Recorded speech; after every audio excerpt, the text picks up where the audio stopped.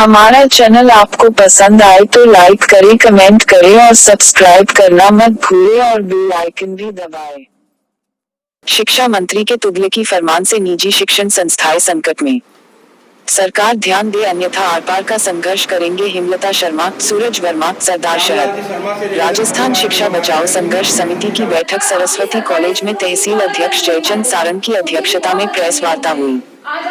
शिक्षा बचाओ संघर्ष समिति की प्रदेश समन्वयक हेमलता शर्मा ने कहा कि प्रदेश में प्राइवेट संस्थानों के संस्था प्रधान आर्थिक स्थिति से तंग आकर आत्महत्या कर रहे हैं, जबकि शिक्षा मंत्री अपने बयान शिक्षकों के प्रति गलत दे रहे हैं। उन्होंने कहा कि प्रदेश में प्राइवेट स्कूलों की आर्थिक स्थिति खराब हो चुकी है।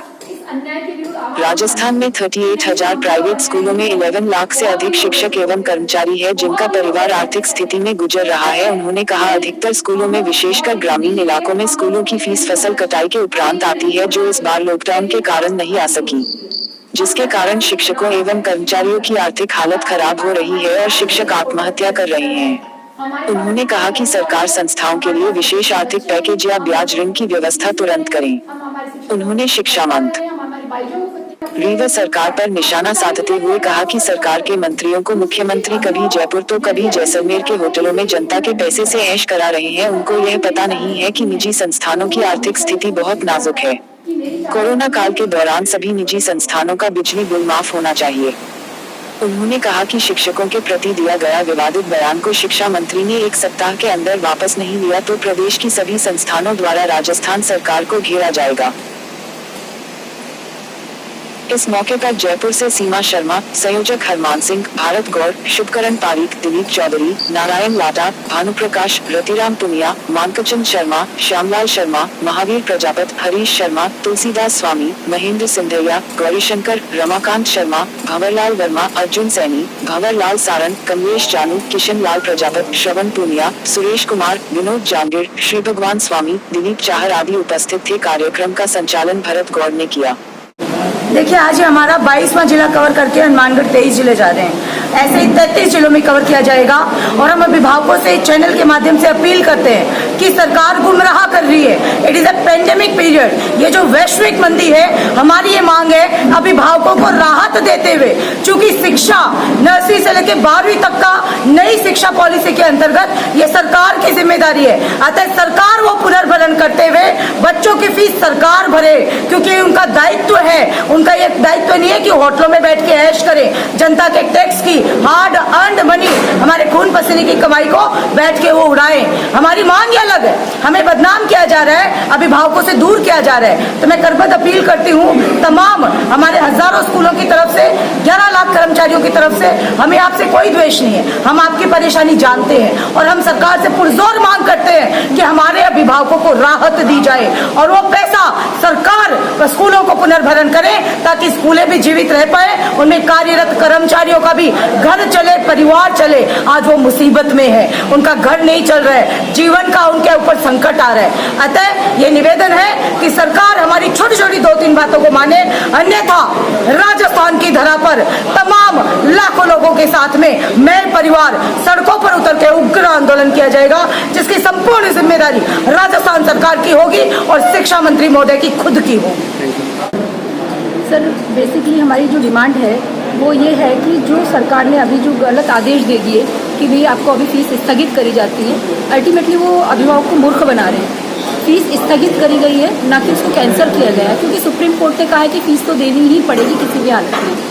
तो उस कंडीशन में जब 6 महीने बाद, 8 महीने बाद जब भी लॉकडाउन होता है, तो क्या संचालक इतने ज़्यादा सरदर्द हो जाएंगे कि वो फीस दे पाएंगे 6 महीने की 12 महीने में? 12 महीने की फीस 6 महीने में बिल्कुल नहीं हो सकता। तो मैं सरकार को ये कहना चाहूँगी कि इस तरह की दोगली नीति बंद करें, उल्टे सीधे बयान देने से पहले सोचें। सेकंड जो हमारी डिमांड है वो ये है कि आरटी का जो पैसा है हमारा, जो 65% तो केंद्र सरकार देती है, 35% राज्य सरकार का होता है, वो हमें टाइम पे मिले। 3-3 साल से हम लोग आरटी की पेमेंट के बिना बैठे हैं। ग्रामीण में तो कई जगह कंडीशन है कि स्कूलें बंद होने के कगार पे हैं, बहुत ज़्यादा परेशान हो रहे हैं सब लोग। तो इस समय हमारा जब राहत का समय आया है, तो इस समय सरकार हमें वो पैसा दे दे। तीसरी डिमांड हमारी ये है कि हमारा जो एफडी का पैसा है, जो हम लोग 3 लाख, 4 लाख, 5 लाख रुपये एफडी के रूप में जमा कराते हैं, सरकार तुरंत प्रभाव से हमें हमारा पैसा हमें वापस दे दे। जब हमारे पास होगा, हम एक उधार के तौर पे वो पैसा ले रहे हैं, जब भी हमारे पास में वो पैसा होगा हम तुरंत रिटर्न कर देंगे। तीसरी जो मेन हमारी डिमांड है जैसे कि मैम ने बताई चुकी हैं आपको, तीसरी हमारी मेन डिमांड है, हमें आर्थिक पैकेज चाहिए जिससे कि हमारे अभिभावकों का भी भला हो, हमारे टीचर्स का भी भला हो और स्कूल संचालक भी मरने से बचे। Thank you. मैं राजस्थान के सभी अभिभावकों से निवेदन करना चाहूँगा कि जो शिक्षा मंत्री जी के द्वारा जो भ्रमित करने वाला जो आदेश निकाला गया है, उससे सभी अभिभावकों को भ्रमित किया गया है। शिक्षा मंत्री या सरकार ने किसी भी तरह की फीस को माफ़ नहीं किया है। पहले तो ये समझ लें, फीस आपको चुकानी है, इसलिए अब आप एक साथ चुकाओगे, आपके ऊपर बहुत वजन आएगा।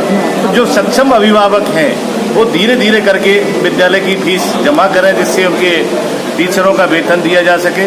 और सरकार से और शिक्षा मंत्री से आप मांग करें, जैसे हम मांग कर रहे हैं, राहत पैकेज दिया जाए। जो सक्षम अभिभावक नहीं हैं उनके लिए सरकार वेतन दे, टीचरों का वेतन दे स्कूलों में। हम तो साल भर फ्री पढ़ाने के लिए तैयार हैं, हमारे स्कूल के खर्चे सरकार झेल ले।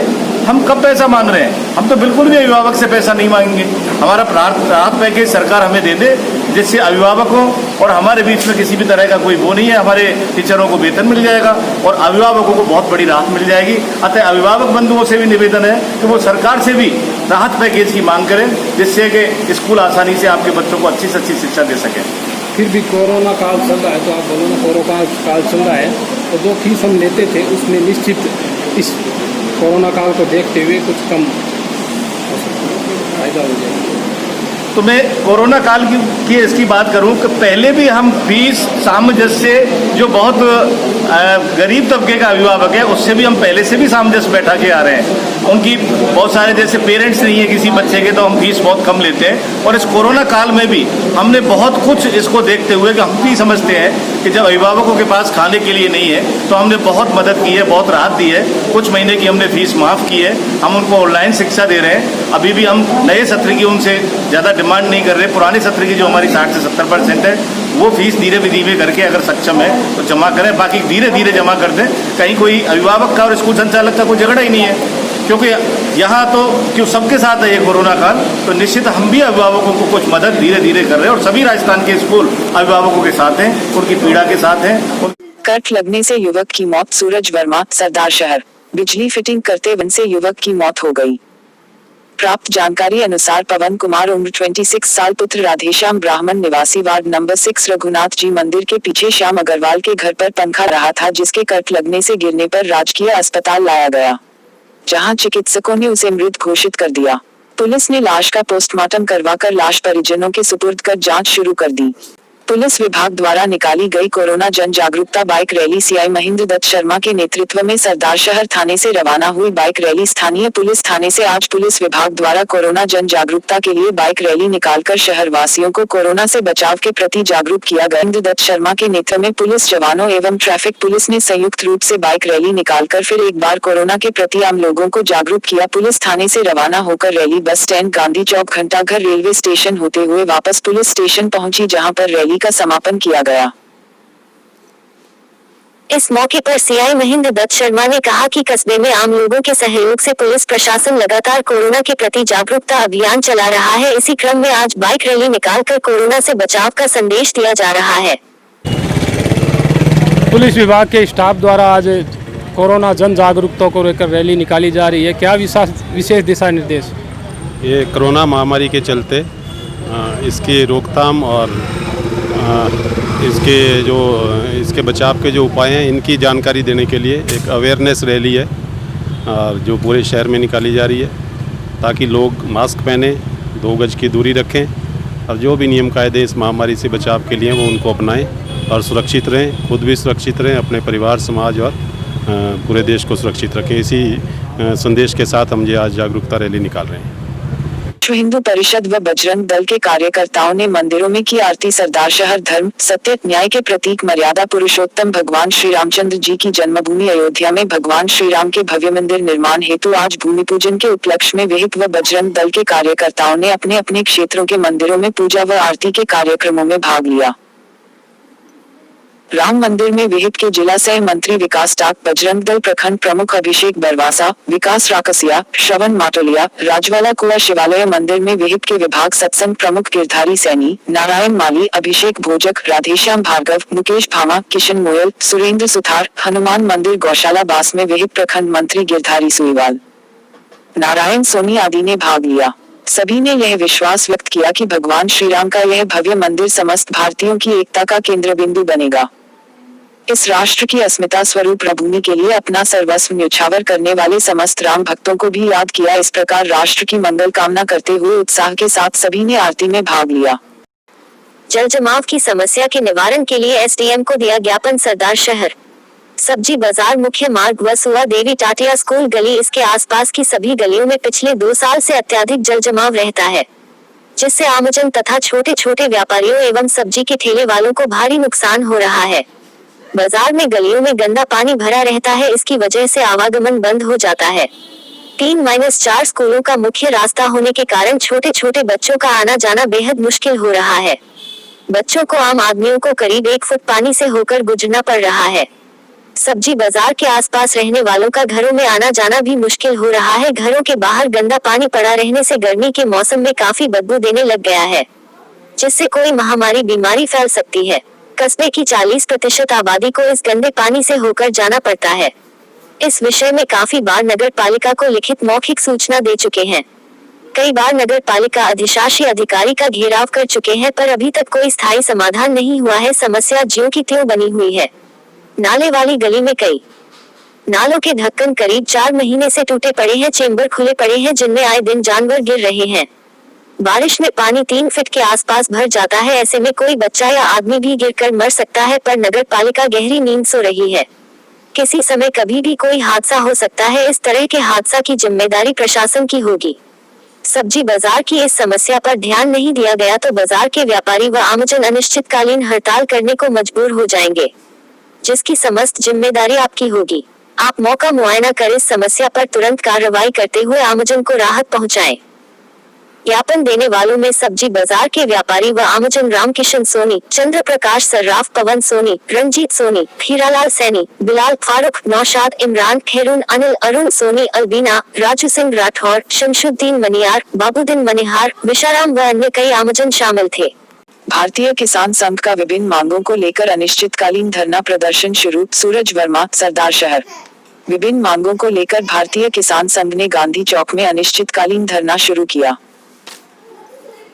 संघ के तहसील अध्यक्ष मामराज ने बताया कि विभिन्न समस्याओं को लेकर भारतीय किसान संघ के नेतृत्व में किसान लॉकडाउन के पहले से ही संघर्षरत है। जीएसएस से लेकर जिला केंद्रों पर मर्यादित आंदोलन चलाने हेतु प्रदेश भर में किसानों ने 12 फरवरी से विभिन्न माध्यमों से 3500 से अधिक ज्ञापन देकर सरकार व प्रशासन को किसानों की विद्युत, सिंचाई, टिड्डी अनुदान, बीमा, समर्थन मूल्य पर खरीद की विभिन्न समस्याओं तथा जमाबंदी निकलवाना एवं विभिन्न प्रकार के भूमि के इंतकाल चढ़ाने के लिए जो ऑनलाइन प्रक्रिया करानी पड़ती है तथा इसमें 3 से 4 माह तक का समय लग जाता है, जिससे किसान चक्कर लगाते थक जाते हैं।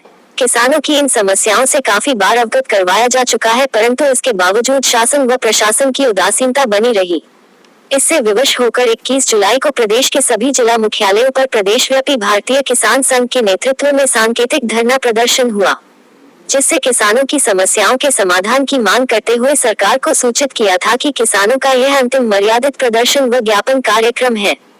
आज के बाद किसान मर्यादा की सीमा को लांघकर अनिश्चितकालीन आंदोलन व ग्राम बंद के निर्णय पर मजबूर हो सकते हैं और भविष्य में किसानों के आंदोलन से किसी प्रकार की कानूनी एवं व्यवस्था व अन्य परिस्थितियों हेतु शासन प्रशासन जिम्मेदार होगा। किसानों ने मुख्यमंत्री के नाम एसडीएम को 9 सूत्री मांग पत्र का ज्ञापन सौंपा। धरने पर श्रीचंद सिद्धक, हेतराम मिल, रामजस सारंग, तोलाराम पारीक, तहसील मंत्री रामलाल पुरोहित, हरिराम भादु, गणेश नाई आदि शामिल थे। निष्पक्ष जांच के लिए पुलिस अधीक्षक के नाम एसडीएम को दिया ज्ञापन। सरदार शहर सैनी समाज के लोगों द्वारा जिला पुलिस अधीक्षक के नाम एसडीएम को ज्ञापन देकर डॉक्टर रमेश शर्मा द्वारा डॉक्टर मुकेश सैनी, डॉक्टर विकास सैनी और राजकुमार सैनी के विरुद्ध दर्ज कराए मारपीट के मामले की निष्पक्ष जांच करवाने की मांग की है। कैलाश सैनी के नेतृत्व में दिए ज्ञापन में बताया गया है कि डॉक्टर रमेश शर्मा द्वारा हरियाणा से गुंडे बुलाकर समाज के लोगों को मारने डराने की धमकियां दी जा रही है। ज्ञापन देने वाले प्रतिनिधि मंडल में ताराचंद सैनी, दुर्गाराम माली, महेंद्र सैनी, बनवारी लाल सैनी, किशन लाल सैनी सहित अनेक जन थे। चूरू जिला मुख्यालय पर आज शिक्षा बचाओ संयुक्त संघर्ष समिति के सदस्यों ने अपनी मांगों को लेकर मुख्यमंत्री के नाम जिला कलेक्टर को ज्ञापन सौंपा है। इन लोगों का कहना है कि प्राइवेट स्कूल के शिक्षक एवं संचालक लगभग 11 लाख से अधिक कर्मचारी व उनके परिवार हैं। इन्हें अब सरकार की दोहरी नीतियों के कारण उग्र आंदोलन की राह पर उतरना पड़ेगा। प्राइवेट स्कूल संचालकों का कहना है कि शिक्षा मंत्री द्वारा जारी किए गए बयान में लिखित आदेश के बाद प्राइवेट स्कूलों में स्थिति और ज्यादा खराब हो गई है। उन्होंने कहा कि आर्थिक की तंगी के कारण 4 स्कूल संचालकों ने आत्महत्या तक कर ली है। स्थिति बहुत गंभीर है। अभिभावक फीस जमा नहीं करवा रहे हैं और स्कूल संचालकों को शिक्षकों को भुगतान करना पड़ रहा है। दूसरी तरफ पिछले 3 वर्षों से प्राइवेट स्कूलों के RTE का भुगतान नहीं हुआ है। उक्त राशि को मई ब्याज 2 रुपए सैकड़ा के हिसाब से स्कूलों को सरकार को देना चाहिए, जिससे प्राइवेट स्कूल संचालकों के सामने आर्थिक तंगी के हालात उत्पन्न नहीं हो। प्राइवेट स्कूलों के सामने आर्थिक तंगी के हालात उत्पन्न नहीं हो और कार्मिकों को भी आर्थिक तंगी उत्पन्न न की हो, इसको ध्यान में रखते हुए सरकार को प्राइवेट स्कूलों को आर्थिक पैकेज या बिना ब्याज ऋण की व्यवस्था करवानी चाहिए। शिक्षा बचाओ संयुक्त संघर्ष समिति की मुख्य समन्वयक हेमलता शर्मा ने कहा कि अगर उनकी मांगे सरकार ने शीघ्र नहीं मानी तो फिर मजबूर होकर इन 11 लाख से अधिक कर्मचारियों व उनके परिवारों को सरकार के खिलाफ सड़कों पर उतरना पड़ेगा। Basically we are teachers and directors of all private schools. 50,000 स्कूलों को रिप्रेजेंट कर रहे हैं। 11 लाख उनमें कर्मचारी हैं, जिसमें हमारे बाईजियां, सुरक्षा कर्मी, सफाई कर्मी, drivers, non teaching staff, teaching staff. और आज सरकार की दोहरी नीति की वजह से, माननीय शिक्षा मंत्री के गंदे हमारे साथ खिलवाड़ करने की वजह से आज हम सड़कों पर आ चुके हैं। नतीजतन हम हमारे 9 संचालक भाइयों को खो चुके हैं। Those have committed suicide. आज महज छोटी छोटी 3 मांगे हमारी सरकार से हम करबद्ध अपील करते हैं कि कृपया इन मांगों को मान लीजिएगा, अन्यथा जो आंदोलन होगा राजस्थान की धरा पर, अब तक का शिक्षकों का सबसे उग्र, सबसे बड़ा आंदोलन, उसकी संपूर्ण जिम्मेदारी राजस्थान सरकार की व माननीय शिक्षा मंत्री महोदय की होगी। हमारी पहली डिमांड है कि जो तुगलकी फरमान दिया है कि स्कूल को फीस को डेफर किया गया है, जब तक स्कूल नहीं खुलेंगे फीस नहीं ले सकते हैं, उसको तत्काल प्रभाव से स्थगित किया जाए और वो पैसा सरकार दे, क्योंकि नई एजुकेशन पॉलिसी के अंतर्गत नर्सरी से लेकर 12वीं तक की शिक्षा देने की duty, it is a moral duty of the government which they should do this. उनका ये परम कर्तव्य है। वो पैसा अगर अभिभावक के पास नहीं है, अगर वो सक्षम नहीं है, तो सरकार वो पुनर्भरण करे, स्कूल को आर्थिक सहायता दे, ताकि मरते हुए स्कूल सांस ले सके, सर्वाइव कर सके, चल सके। दूसरी हमारी मांग है RT का पैसा, जो पिछले 3 सालों से आपने नहीं दिया है, मिली भगत करके खा रहे हो। 65% पैसा केंद्र सरकार से हर साल ले रहे हो टाइम पर और हमें नहीं देते हो। ये जो दूसरे मदों में, ये जो होटलों में ऐश कर रहे हो जनता के पैसे से, इसको तत्काल प्रभाव से बंद करो और मैं ब्याज स्कूलों को वो भुगतान किया जाए RT का, क्योंकि हमारा हक है, उसके बदले हम सेवाएं दे चुके हैं। और तीसरी हमारी सबसे बड़ी मांग है कि save schools, save teachers, save education. और ऐसे ये जो बदतमीजी करते हैं शिक्षकों के साथ में, ऐसे हमले को माननीय गहलोत साहब संभाले, अन्यथा ये आपकी पार्टी का भी सफाया कर जाएंगे। ये ऐसे लोग हैं जिनको खुद का डिपार्टमेंट की अक्ल नहीं है, जिनको खुद का डिपार्टमेंट संभालना नहीं आता और हमारा चरित्र हनन करते हैं। ये हमारी छोटी छोटी 2-3 मांगे हैं। अगर सरकार मान लेती, हम करबद्ध अपील करते हैं साहब, 9 भाइयों को खो चुके हैं, अब जिगरा नहीं है कि किसी अन्य संचालक भाई को खोए। अतः या तो आप मान लीजिए साहब, अन्यथा 11 लाख कर्मचारी, हमारे 50,000 स्कूल में परिवार सड़कों पे उतरेंगे, मर रहे हैं और मरते मरते हम जो आंदोलन करते जाएंगे, आप जिम्मेदार होंगे। अंतरात्मा मत दुखाओ साहब शिक्षक की, अंदर से मत रुलाओ, अदरवाइज आप भी नहीं बच पाओगे। सरकार आपकी भी जाएगी, पार्टी आपका भी साफ होगा। आपका नाम? हेमलता शर्मा, कोऑर्डिनेटर शिक्षा बचाओ संयुक्त संघर्ष समिति राजस्थान। चूरू जिला मुख्यालय पर आज कोरोना जागरूकता रैली कलेक्ट्रेट से रवाना हुई। पुलिस जवानों ने दुपहिया वाहन रैली निकाली है। इस रैली को पुलिस अधीक्षक परिस देशमुख व जिला कलेक्टर डॉक्टर प्रदीप के गावंडे ने हरी झंडी दिखाकर रवाना किया है। यह रैली शहर के मुख्य मार्गों से निकाली गई है। इस दुपहिया वाहन रैली में कुछ पुलिस के जवान हाथों में तख्तियां लिए हुए भी बैठे हुए थे, कुछ के हाथों में कोरोना जागरूकता के बैनर भी थे। पुलिस अधीक्षक परिस देशमुख ने बताया कि इन दिनों कोरोना महामारी का दौर चल रहा है और लोग कुछ इसके प्रति सुस्त नजर आ रहे हैं, ढिलाई नजर आ रही है। इसी को देखते हुए आज पुलिस जवानों ने शहर में कोरोना जागरूकता रैली निकाली है। आमजन को यह संदेश दिया है कि सभी लोग मास्क लगाकर रखें। जो लोग मास्क नहीं लगाएंगे उनके खिलाफ फिर सख्त कार्रवाई की जाएगी। सोशल डिस्टेंसिंग की भी पूरी पालना करें। जिन लोगों को होम क्वारंटाइन किया गया है वह नियमों की पूरी पालना करें, होम क्वारंटाइन रहे, बाहर ना निकले। इस तरह का संदेश आज इस रैली के माध्यम से पुलिस जवानों ने शहर में दिया है। कोविड को लेकर कई दिनों से ये चल रहा है कि भाई कहीं ना कहीं लोगों में थोड़ी सी ढिलाई इसके प्रति आ गई है। तो पुनः एक बार लोगों में इसके प्रति जागरूकता बढ़े, क्योंकि कोविड केसेस बढ़ रहे हैं। इसके उद्देश्य से रैली का आयोजन किया गया है। इस रैली के मुख्य 3 उद्देश्य हैं। एक पोस्टर के माध्यम से, पीए सिस्टम के माध्यम से जन जागरूकता करना। दूसरा, जो व्यक्ति मास्क नहीं पहन रहा है उनको समझाइश करना, जहाँ समझाइश नहीं हो वहाँ चालान करना। और तीसरा, जो व्यक्ति होम क्वारंटाइन में है, चाहे वो विदेश यात्रा से आए हो या बाहर से कहीं से भी आए हो, और उनको प्रशासन द्वारा जहाँ होम क्वारंटाइन कहा गया है वो होम क्वारंटाइन को चेक करें।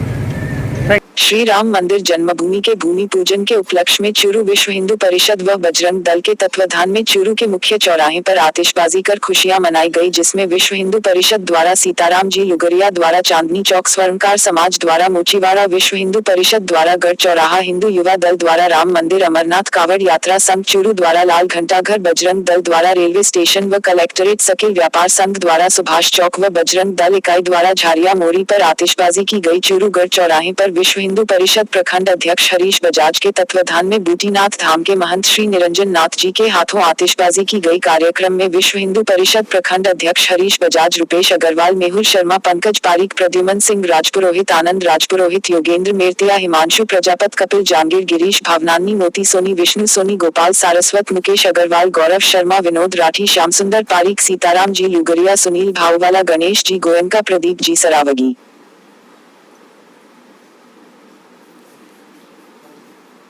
आदि द्वारा विभिन्न जगहों पर आतिशबाजी की गई व मिठाइयां बांटी गई। इस उपलक्ष्य में विश्व हिंदू परिषद प्रखंड अध्यक्ष हरीश बजाज ने बताया कि 500 साल बाद एक ऐतिहासिक लड़ाई लड़के कोर्ट के निर्णय से इस लड़ाई को जीता है। वह 500 साल बाद रामलला को मोदी जी के नेतृत्व में अपना घर मिला है। लालकृष्ण आडवाणी, मुरली मनोहर जोशी, दिवंगत आत्मा अटल बिहारी वाजपेयी, अशोक जी सिंगल जैसे महान लोगों की बदौलत आज 500 साल बाद रामलला का भव्य मंदिर बनने जा रहा है। इस अवसर पर कार सेवा में अपना बलिदान देने वाले कोठारी बंधुओं सहित अन्य कार सेवकों को याद किया गया व चूरू से कार सेवा में शामिल होने वाले कार सेवक भी बधाइयां दी गई। 500 से अधिक साल की गुलामी के बाद आज राम मंदिर बनने का मार्ग प्रशस्त हुआ है। सन्यासी यशस्वी प्रधानमंत्री जी ने राम भूमि का भूमि पूजन करके भव्य निर्माण, जो कि दुनिया में तीसरा बड़ा मंदिर होगा, उसका शिला रखी है। आज से बड़ा दिन कोई नहीं हो सकता। लगता है सैकड़ों वर्षों बाद आज फिर सही मायने में दिवाली आई। चूरू जिला मुख्यालय पर आज अयोध्या में 492 साल बाद राम मंदिर निर्माण का प्रधानमंत्री द्वारा शिलान्यास किए जाने की खुशी में शहर के चौराहों पर जमकर आतिशबाजी की गई व एक दूसरे को गणेश जी का प्रसाद लड्डू खिलाकर खुशियां मनाई गई। भाजपा कार्यकर्ताओं ने, विश्व हिंदू परिषद के कार्यकर्ताओं ने यह कार्यक्रम किए हैं। धर्म स्तूप लाल घंटाघर पर भाजपा कार्यकर्ताओं ने भव्य आतिशबाजी की और इसके बाद एक दूसरे को मिठाइयां खिलाई, तो वहीं गढ़ चौराहे पर भाजपा कार्यकर्ताओं ने भव्य आतिशबाजी की और मिठाइयां बांटी। भाजपा कार्यकर्ताओं ने कहा कि 492 साल से जिस दिन का आमजन इंतजार कर रहा था, आज वो घड़ी आई है और आज अयोध्या में राम मंदिर निर्माण का शिलान्यास हुआ है। चूरू शहर में भी आज 40 जगह आतिशबाजी की गई है और आमजन को मिठाई खिलाई जा रही है। आज शाम को बाजार के अंदर, मुख्य मंदिरों के अंदर और शहर के मुख्य चौराहे पर, वहां पर आज दीपक जलाकर खुशियां मनाई जाएगी।